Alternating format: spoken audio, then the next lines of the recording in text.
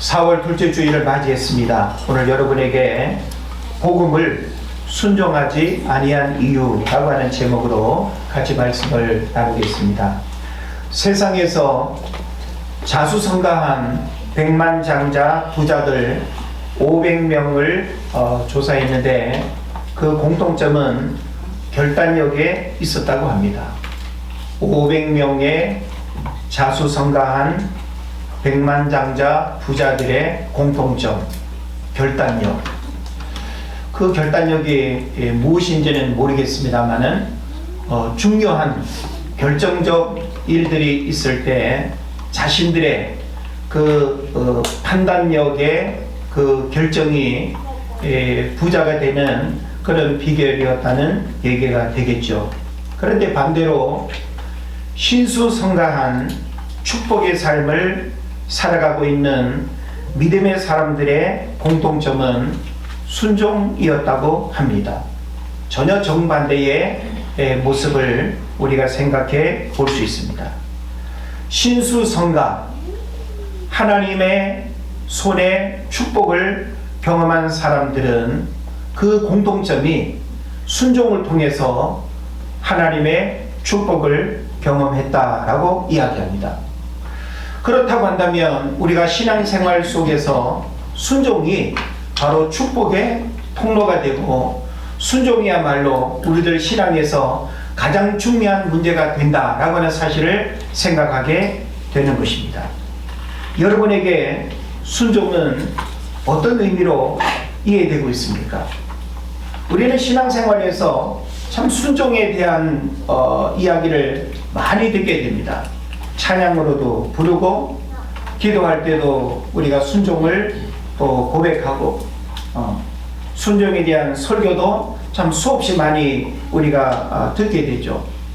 그래서 어찌 보면 너무 많이 들어서 그냥 이미 식상해져 버린, 그래서 새롭지도 않고 그래서 더 이상 그 어떤 순종이 신선하게 우리에게 다가오지도 않는. 그래서 사실 우리는 이 순종이 단순한 교리적인 단어에 머무는 것이 아니라 실제적인 삶의 행동으로 우리가 실천하고 또 우리가 그렇게 살아야 되는 그런 삶의 영역임에도 불구하고 우리가 그렇게 거룩한 부담감을 갖지 못한다라고 하는 것이 문제가 아닌가 하는 생각을 해봅니다. 순종에 대한 강조는 사실 강조에도 지나치지 않습니다. 제가 여러 책을 보니까 순종에 대한 참 좋은 명언들이 있습니다. 앤드류 머레이라는 목사님은 하나님은 우리가 순종할 수 있는 능력이 있어서 부르시는 것이 아니라 우리가 순종할 때 능력을 주신다, 이렇게 말합니다. 또 보네포 목사님은 이렇게 말했습니다. 오직 믿는 자만이 순종하고 오직 순종하는 자만이 믿는다.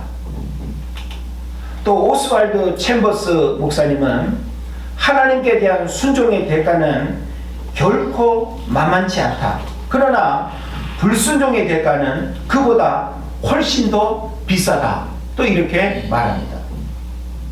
순종의 대가는 엄청나게 우리에게 크대요. 그런데 불순종의 대가는 그보다 훨씬 더 크다고 이야기하고 있습니다. 우리가 대표적으로 신명기 28장을 우리가 펼치면 순종해서 받을 복과 불순종해서 받게 될 결과에 대해서 쭉 나열하고 있습니다. 우리는 성경 전체에서 순종에 대한 사건과 순종에 대한 인물에 대한 이야기들이 얼마나 많은지 몰라요. 우리는 그런 이야기들을 들으면서 나도 순종해야 되겠다. 나도 그런 순종을 통해서 믿음의 사람이 되고 그런 축복을 받아야 되겠다. 이런 도전을 우리가 받아야 되는데 우리는 성경 속에 그냥 이야기로만 듣고 끝나는 경우들이 많이 있죠. 그래서 우리는 오늘 내 삶의 순종을 우리는 좀 돌아보면서 왜 나는 순종하지 못하는가? 우리가 순종하는 삶을 살아야 함에도 불구하고 왜 순종이 잘 되지 않는가? 라고 하는 것을 우리가 진지하게 고민해 봤으면 좋겠습니다. 여러분, 복음은 순종의 영역입니다. 우리가 예수 그리스도를 통해서 우리에게 주신 이 복음은 순종의 영역입니다. 한번 따라 하실까요? 복음은 순종의 영역이다. 순종의 영역이다. 자, 보세요, 여러분. 복음은 복된 소식이고 구원의 소식이고 축복의 소식이죠. 그렇기 때문에 우리는 순종하지 아니할 이유가 없습니다. 왜?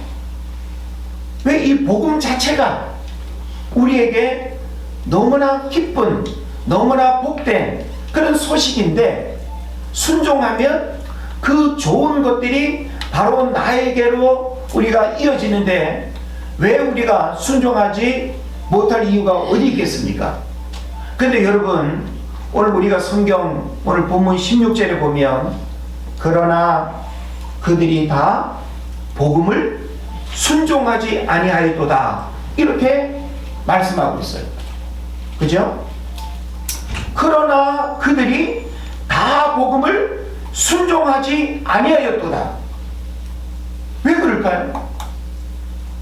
복음을 순종하는 것이 너무나 마땅하다고 우리는 생각할 수 있는데 오늘 성경을 보니까 그들이 복음을 순종하지 않았대요. 누가 순종을 하지 않았을까요? 순종을 하지 않은 그들은 도대체 누굴까요? 이사야 시대부터 하나님은 끊임없이 선지자들을 보내셨고 그 선지자들을 통해서 하나님은 복음을 말했습니다. 그 복음이 바로 뭐겠습니까? 오실 메시아가 구약시대에는 복음이 되는 것입니다. 그래서 구약시대에는 어떻게 구원을 받았느냐? 오실 메시아를 믿음으로 받아들이는 게 구약시대에는 복음이었어요.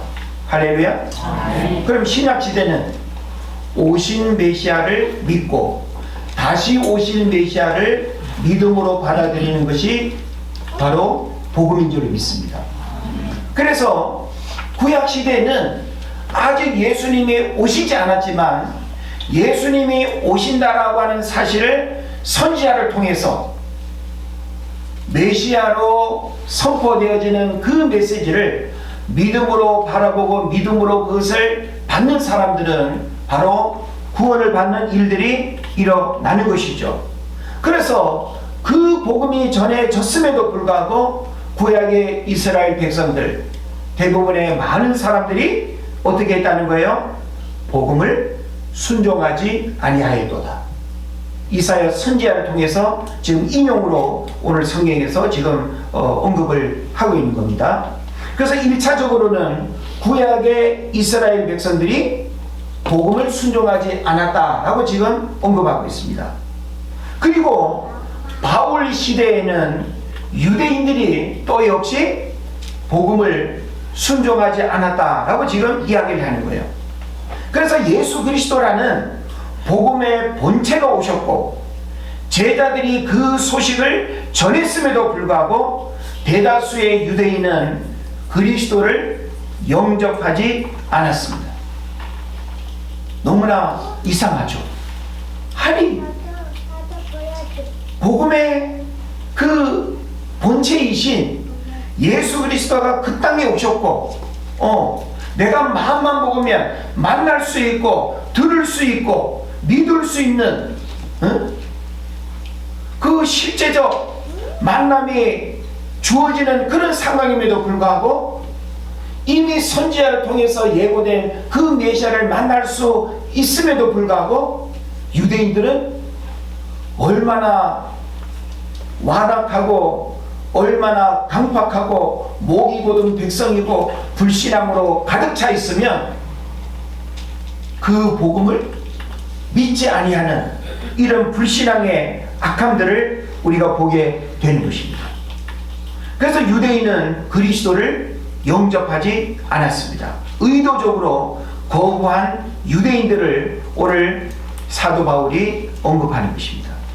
그래서 사도 바울은 복음이 선포되었음에도 순종하지 않는 이유가 단순히 정보의 부족이 아님을 밝힙니다.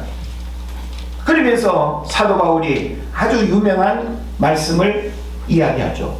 믿음은 들음에서 나며 들음은 그리스도의 말씀으로 말미암느니라 라고 하는 말씀을 우리에게 이제 풀어서 이야기를 하는 것입니다. 그래서 오늘 저는 여러분과 함께 믿음은 들음에서 나고 들음은 그리스도의 말씀으로 말미암는다 라고 하는 이것을 전하면서 이것이 바로 순종의 영역으로 이어진다라고 하는 것을 오늘 우리가 잘 깨닫고 우리가 하나님의 말씀을 어떻게 들어야 된다라고 하는 것을 우리가 생각을 하면서 순종의 영역으로 이어지는 이런 어떤 삶이 우리 안에 다시금 회복될 수 있기를 주의 이름으로 축원을 드립니다. 자, 우리는 귀가 있기 때문에 들려오는 모든 소리들을 다 듣습니다. 그래서 우리의 어떤 청력의 한계 범위 안에서 들려지는 소리들은 다 듣습니다. 어린아이의 웃음소리부터 멀리서 선명하진 않아도 뭔가 사람들의 다양한 소리들을 우리는 듣습니다.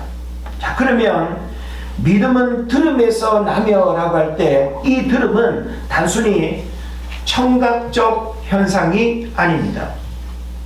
그래서 이 들음이라고 하는 이 단어는 헬라어로 아코에라고 하는 이 단어를 쓰는데 소문 혹은 듣는 행위를 뜻하지만 성경적 맥락에서는 어떤 의미를 가지고 있는가 하면 하나님의 음성에 귀를 기울여서 받아들이는 수용성을 뜻하는 거예요.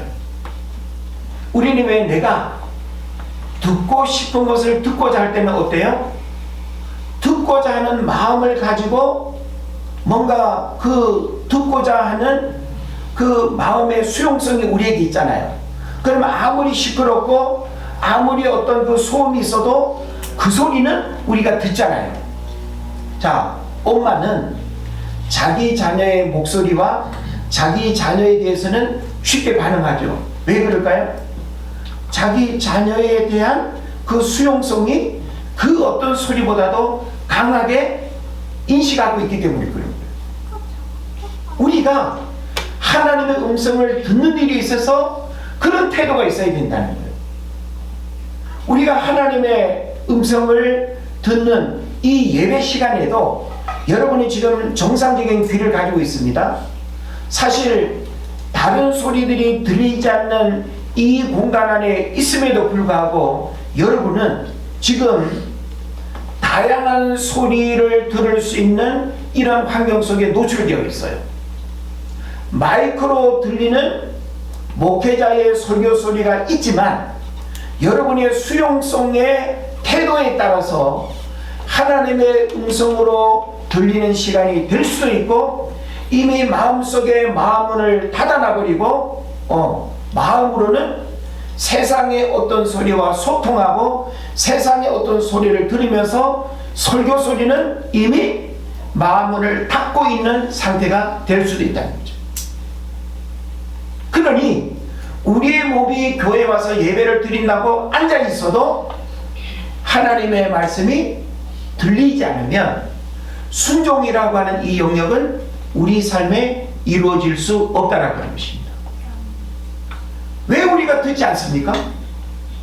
하나님의 말씀을 들으려고 하는, 귀 기울여 들으려고 하는 영적 수용성의 태도가 우리에게 열려있지 않으면 안 된다는 거예요. 우리는 늘 하나님 말씀 앞에 들으려고 하는 영적 수용성이 우리에게 있어야 돼요. 주님, 말씀을 주십시오. 제가 듣기를 원합니다. 배고픈 사람이 그릇을 내밀고 음식을 받으려고 준비하는 것처럼 우리는 말씀을 듣는 그 수용성이 우리에게 있어야 돼요. 그래야 그 하나라도 빠뜨리지 않으려고 내 안에 흡수가 되는 거죠. 우리는 무언가가 들려져야 그것이 내 안에 울림이 되고 떨림이 되고 깨달음이 되고, 그리고 그것이 나를 움직이고 내 영혼을 뜨겁게 하고 내 손과 발을 움직여서 내 삶을 변화시키는 역사가 일어나는 것입니다. 오늘날 많은 사람들이 수많은 소리를 들어도 움직이지 않아요. 왜 그래요? 내 영혼을 자극하는, 내 마음에 수용되지 않는, 그냥 부딪히고 다 달아나는 거예요, 소리가. 이것이 오늘 문제가 되는 것입니다. 사실 우리가 복음을 전한다라고 하는 것은 사실 소리의 전달이죠. 그죠? 우리가 복음을 전한다라고 하는 것은 다양한 방법을 통해서 소리를 전하는 겁니다. 전도지를 통해서, 다양한 문서를 통해서, SNS를 통해서, 방송 전파를 통해서 우리는 전합니다.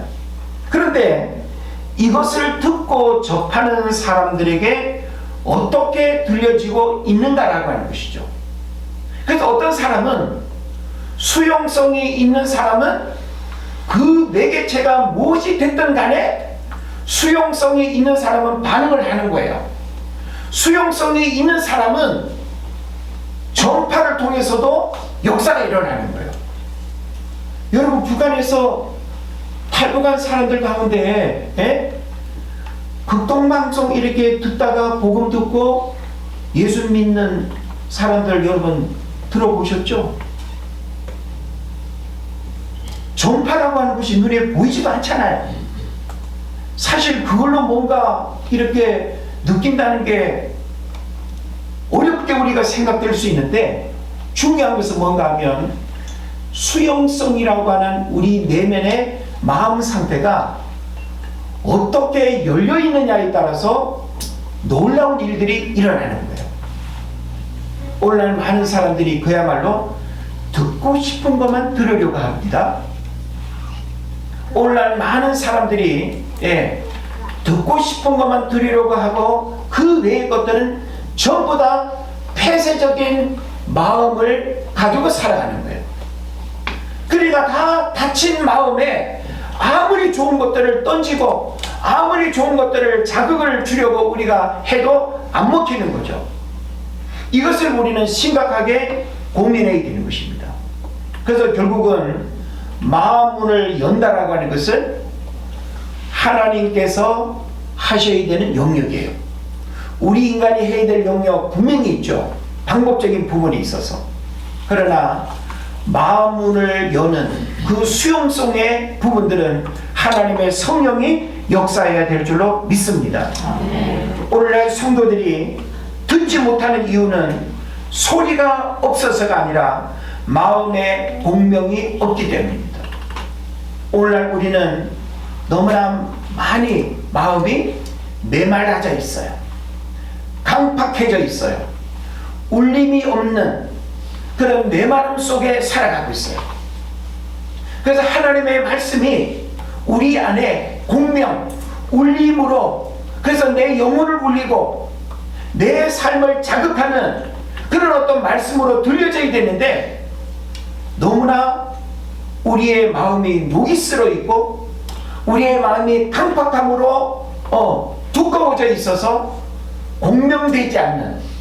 여러분, 공명이 뭐예요? 우리 스피커를 보면 소리에 바르르 이렇게 떨리는 거 있죠? 그 공명이에요. 예?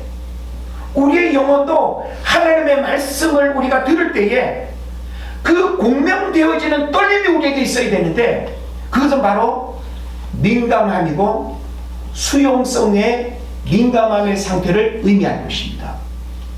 우리는 그런 상태를 잃어버리지 않도록 하기 위해서 늘 자신을 관리할 수 있어야 된다라고 하는 것을 여러분 깨달으시기를 바랍니다. 세상의 소음이 너무 커서 하나님의 세미한 음성을 우리는 밀어내고 있어요. 우리는 듣고 싶은 것만 들으려고 하는 그런 이기적인 마음이 강하다 보니까 그 외의 것들은 다 차단하고 다 거부하고 안 들으려고 해요. 이것이 오늘날 우리가 교회 안에서도 하나님을 예배하고 있지만 하나님의 음성이 예배를 통해서도 수많은 예배를 드리면서 하나님의 말씀을 우리가 듣는 자리에 앉아 있으면서도 불구하고 졸고 있고 딴 생각하고 있고 눈은 설교자를 바라보고 있지만 생각은 전혀 다른 생각을 하고 있어서 하나님의 말씀이 들어가지 않는, 설교자는 여러분의 시선을 보면 여러분의 지금 시선과 여러분의 표정이 하나님의 말씀을 주목하고 있는지, 하나님의 말씀이 지금 여러분의 생각 속에 들어가고 있는지 알아요. 하나님의 말씀이 지금 튕겨져 가는지, 하나님의 말씀이 지금 여러분의 생각 속에 어떻게 반응하고 받아들여지는지 보여요. 우리는 하나님의 말씀을 영의 양식으로도 공급받아야 돼요. 왜요? 영의 양식으로 공급받아야 사는 거 아니에요? 우리가 음식을 먹어야 우리 육이 움직이고 사는 것처럼 하나님의 말씀이 영의 양식이라고 한다면 영적 활동, 영이 살기 위해서는 말씀을 당연히 먹어야 되는 거 아니겠습니까? 먹는다는 게 뭐예요? 하나님의 말씀을 먹는다는 것은 하나님의 말씀이 영적으로 잘 들려줘야 내 영혼이 살아나는 역사가 일어나는 것입니다. 에스겔 골짜기에 하나님의 말씀이 선포되어지고 선포되어진 그 말씀이 시체들이 썩어서 해골과 뼈들이 굴러다니고 나비구는 그런 곳에 하나님의 말씀이 생명으로 선포되어지고 그 뼈다귀에 들어가게 될 때 뼈와 뼈가 마디를 이루고 생명을 이루는 그런 역사들이 일어난 것처럼 오늘날 우리는 하나님의 말씀이 생명으로 들려지는 역사가 일어나야 될 줄을 믿습니다. 오늘날 교회마다 음향시설이 얼마나 좋은지 몰라요. 사실 우리 은혜제일교회 이 마이크 없어도 이 정도 공간 안에서 저의 목소리로 제가 하는 말을 못 들을 사람 어디 있겠습니까? 스피커? 작은 스피커 하나로도 충분하지 않을까요? 옛날에 이런 음향시설이 한국 초대교회에 있었겠어요? 없었잖아요. 그런데도 얼마나 많이 모이고 얼마나 많이 은혜 받고 얼마나 많이 구원받고 그랬습니까? 사모하고. 그런데 여러분, 오늘날 이렇게 좋은 음향 시스템이 작은 교회뿐만이 아니라 큰 교회에서도 저 멀리 앉아있는 저 중삼층에 앉아있는 그 성도들도 옆에서 이야기하는 것처럼 그렇게 가까이 들려줘도 하나님의 말씀이 하나님의 말씀으로 들려지지 않는 이 안타까운 현실. 음향이 문제입니까? 오늘날 교회는 프로그램으로 음향과 엄청난 시설로 꾸미고 예배를 디자인한다 그러죠? 필요할 수 있습니다. 여러분, 그것으로 하나님의 성령이 임재하는 것은 아닐 것입니다. 오늘 우리는 예배의 본질을 찾아가고 예배의 본질을 고민할 필요가 있다는 생각을 저는 해봅니다. 음향시설이 부족해서 말씀을 듣지 못한다는 것, 이것은 자가 당착일 수 있습니다. 잘못된 고정관념 버려야 됩니다. 자기 스스로가 만들어 놓은 정답을 버려야 합니다. 세미한 새 음성을 듣는 귀가 닫혀 있으면 안 됩니다. 하나님의 음성은 주변의 모든 것을 통해서 말씀하십니다. 그래서 우리는 하나님께서 나에게 말씀하신다라고 할 때 말씀을 통해서도 말씀하시지만 하나님의 음성은 내 주변의 다양한 환경과 다양한 방법들을 통해서도 말씀하신다는 사실을 여러분 생각하고 우리가 순종이라고 하는 이 문제 앞에서 가장 중요하게 먼저 점검하고 생각해야 될 것은 뭔가 하면 하나님의 음성을 듣는 일이 우리에게 먼저 열려야 되고 먼저 들려지는 역사가 있어야 된다라고 하는 사실을 여러분 깨달으시길 바랍니다. 어린아이를 통해서도 말씀하시는 하나님을 만나야 되고 바람 소리를 통해서 들려오는 하나님의 음성을 들을 수도 있어야 됩니다. 나귀의 입을 열어서도 말씀하시는 그 하나님을 여러분이 만날 수도 있어야 됩니다. 때로는 내가 감기 걸려 콜록거리고 작은 어떤 사고가 일어나는 그 일들을 통해서도 세밀하게 하나님이 말씀하시는 바가 있다고 한다면 그걸 통해서도 여러분이 나에게 하시는 하나님의 음성을 듣는 지혜가 있어야 되는 것입니다. 하나님의 말씀은 꼭 성경 구절 말씀을 통해서만 말씀하시는 게 아니에요. 하나님의 음성을 우리가 듣게 되어질 때 바로 우리 삶에 진정한 순종의 역사가 일어난다라고 하는 사실을 여러분 깨달으시기를 바랍니다. 그 다음에 우리는 이 말씀의 동력을 우리는 또 생각해야 됩니다. 자, 오늘 성경에 보니까 들음은 그리스도의 말씀으로 말미암는다 라고 이렇게 표현하고 있습니다. 들음은 그리스도의 말씀. 여기서 말씀은 로고스로 표현되지 않습니다. 성경에서 뭘까요? 레마로 말미암느니라 이렇게 표현하는 것입니다.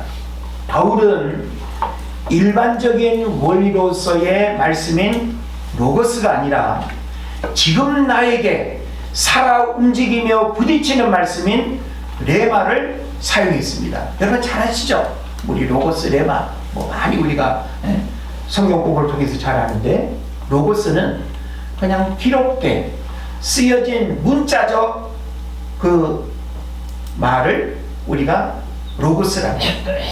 레마는 뭔가 하면 나에게 깨달음으로 살아있는 말씀으로 들려지는 그 말씀을 레마라고 하는 거예요. 우리는 기록되어진 쓰여진 그 문자적 로고스의 말씀이 너 그러면 안 되지, 살아있는 하나님의 음성으로 나에게 주시는 레마의 말씀으로 들려지는 이 깨달음이 우리에게 있어야 될 줄을 믿습니다. 그래서 순종이 없는 이유는 성경 지식을 로고스로만 쌓아두고 그것이 내 삶을 찌르는 레마가 되도록 허용하지 않기 때문입니다. 기록된 문자가 내 영혼을 흔드는 음성이 되지 못할 때 우리는 들어도 듣지 못하는 상태가 되는 것이죠. 그래서 우리는 말씀이 음성으로 들리는 영적 체험을 할 수 있어야 돼요. 여러분이 하나님께서 나에게 감동을 주시면 하나님이 나에게 이렇게 말씀하셨어 라고 하는 그 어떤 깨달음, 이거 우리 많이 경험할 수 있어야 돼요. 성경 구절로 나에게 주시는 말씀들, 또 뭔가 잘못된 것을 생각하도록 감동을 주시는 거, 또 말씀의 영혼을 깨닫게 하고 감정과 양심을 뜨겁게 하고 부끄럽게 하고 말씀이 죄를 보게 하고 회개케 하고 결단하게 하는, 이것이 바로 말씀이 레마로서 우리의 영혼을 깨우치는 그런 능력이 되어야 된다는 거예요. 그래서 말씀은 이렇게 다양하게 우리 삶에 진정한 능력으로 경험될 수 있도록 하지 않으면 우리가 아무리 성경을 일주일에 몇 장을 읽었고 몇 장을 읽었다고 보고하고 다 소용없어요. 우리가 성경을 읽는 이유는 성경을 읽으면서 무엇을 위한 목적으로 여러분이 읽어야 되는 거예요? 레마의 말씀을 경험하기 위해서 성경을 그만큼 읽는 거예요. 근데 여러분이 성경을 10장을 읽고 50장을 읽어도 레마의 말씀을 경험하지 못하고 로고스로만 그냥 10장을 읽고 로고스로만 그냥 50장을 읽었다? 그럼 여러분은 그냥 책을 읽은 거예요. 지식만 이해한 거예요. 성경의 내용만 어떤 이야기인지 그냥 알게 된 거예요. 그것은 지식만 내가 알게 된 거지 나의 삶을 변화시키는 능력이 되는 말씀을 체험한 것은 아니라는 것이죠. 그런 면에서 하나님의 말씀은 우리에게 지식으로 우리가 풍성한 삶을 살기를 하나님은 원하지 않아요. 하나님은 하나님의 말씀이 우리의 인격과 우리의 모난 성품과 불신앙의 악함과 말씀대로 살지 못하는 그런 연약함들이 레마의 말씀으로 날마다 우리를 다듬어가고 날마다 우리의 속사람을 새롭게 하고 우리를 하나님의 사람으로 날마다 이렇게 새롭게 하는 이런 어떤 변화가 레마의 말씀을 통해서 일어나는 이것을 하나님이 원하신다는 것 여러분 깨달으시기를 바랍니다. 그렇다고 한다면 이제 결론적으로 우리는 이 순종과 불순종이라고 하는 최종적인 이 신앙의 고백을 우리는 점검을 해야 됩니다. 자, 우리는 복음이 순종의 영역으로 이어지지 않으면 소용없어요. 복음은 우리가 순종하게 될 때 바로 그 복음이 능력이 나타나는 거고 진정한 축복과 역사가 일어나는 거예요. 복음은 우리 삶에 순종의 영역으로 주어진 것이지 그 복음이 순종하지 아니하면 우리에게 아무 의미가 없어요. 복음 속에 감추어져 있는 능력과 축복이 얼마나 많습니까? 그런데 순종하지 아니하면 복음은 나와 아무 상관이 없는 거예요. 그렇다고 한다면 여러분 순종은 무엇입니까? 순종이라고 하는 말은 후파호우오라고 하는 이 단어인데 이 단어는 두 개의 단어가 합쳐진 합성어예요. 후파, 아래서라고 하는 뜻이고요. 코우오라고 하는 말은 듣다라는 뜻이에요. 그러면 어디서 듣는 거예요? 아래서 듣는 거죠. 왜 우리 어느 날 갑자기 높은 자리에 올라가고 승진하고 하면 잘 들어요, 안 들어요? 안 듣잖아요. 내가 낮은 자리에 있을 때는 예, 알겠습니다. 예, 시키는 대로 말 잘 듣는데 조금만 내가 높아졌다 하면은 안 듣잖아요. 순종은 뭔지 알아요? 순종은 말씀의 권위 아래에 자신을 두고 듣는 것이 순종이에요. 그러니까 말씀의 권위보다 더 높은 게 있을 수 있어요? 없어요? 없어요. 그러니까 우리는 복음이라고 하는 이 말씀의 권위 앞에 우리는 그냥 듣는 것이 너무나 마땅하다는 거예요. 선택의 여지 없이 따지고 논할 것 없이 하나님의 말씀이 그러하면 예, 알겠습니다. 하나님의 말씀 가라사대 예, 알겠습니다. 이거 우리의 자세예요. 그런데 우리는 하나님이 가라사대 해도 예? 예가 아니죠. 왜요? 그렇죠. 예? 반항적, 논쟁적. 왜 제가 해야 됩니까? 제 형편을 지금 모르십니까? 우리는 하나님 앞에 가감없이 내 입장을 논하면서 하나님을 설득하려고 합니다. 순종할 수 없다고. 그러나 성경은 우리에게 말씀의 권위 앞에, 권위 아래에 자신을 두고 듣는 것이 순종이라고 가르칩니다. 그러면 여러분, 불순종은 뭐겠습니까?